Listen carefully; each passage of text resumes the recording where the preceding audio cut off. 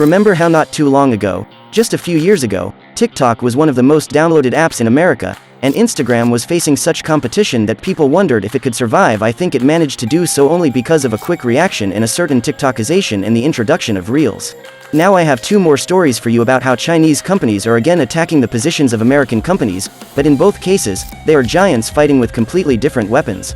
Let's start with a raging battle in the field of coffee shops, which is currently happening mainly in China. It's a battle between the American chain Starbucks and the Chinese chain Luckin Coffee. Chinese competition has already surpassed Starbucks this year with over 10,000 branches all over China and is growing much faster than Starbucks, which has a little over 6,000 branches and used to dominate until recently. Some might say they've heard of Luckin because the company was once listed on the American Nasdaq Stock Exchange, but in 2020, they were delisted due to a scandal where the company was found to have manipulated its financial numbers. At that time, the chain was very close to bankruptcy and had to completely change its management and restructure the company. The comeback was clearly successful. What is Luckin doing right now to outperform Starbucks in most aspects in their home market? As we may have already learned from the Asian market, consumers there have slightly different habits and expectations. Luckin is a coffee chain where you can only order coffee or other drinks online through their app. Their branches essentially function as takeaways.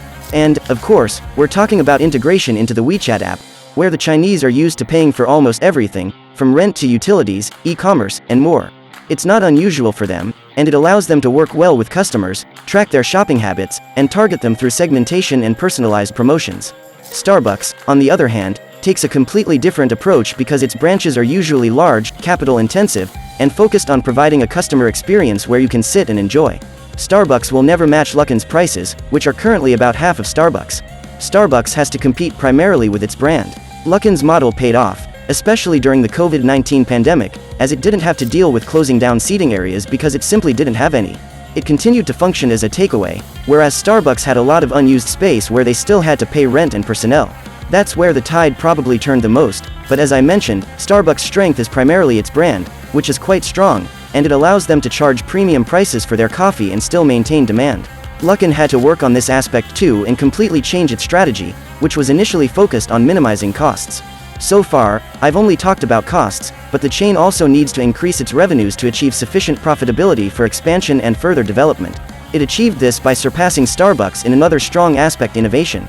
If Luckin wanted to increase prices even a bit and boost demand, selling cheap coffee wasn't enough. The company had to differentiate itself and attract more people, ideally a wealthier clientele. Luckin did what Starbucks is known for and did it specifically for the Chinese market by coming up with new products.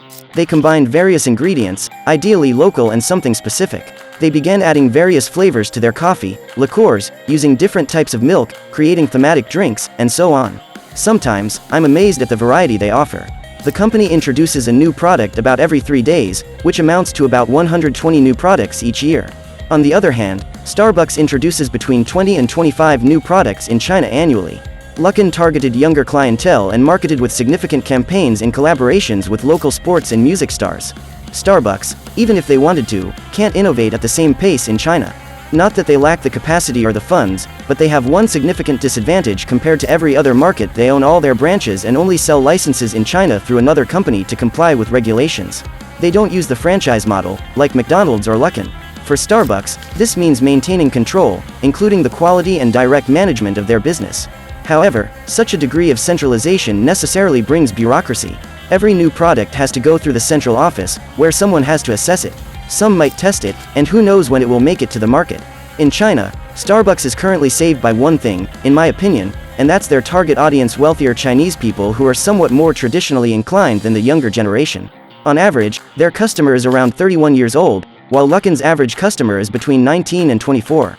I personally own Starbucks shares and follow the company, and I know they are considering allowing the franchise model specifically for China because they realize it might be a more suitable solution for that market. I hope they decide to go for it, but nothing is certain yet. I don't think Luckin is an existential threat to them in such a large market. Starbucks will continue to grow in China, in my opinion, but in the long run, when the target audience is older, it will become much more challenging for them. Now, let's move on to the second player, the Chinese company Temu, Amazon's competitor, but with very low prices. Quality aside for now, this company entered the American market only last year, and this year it is among the most downloaded apps in America, with surveys showing that up to 15% of all Americans have shopped on Temu.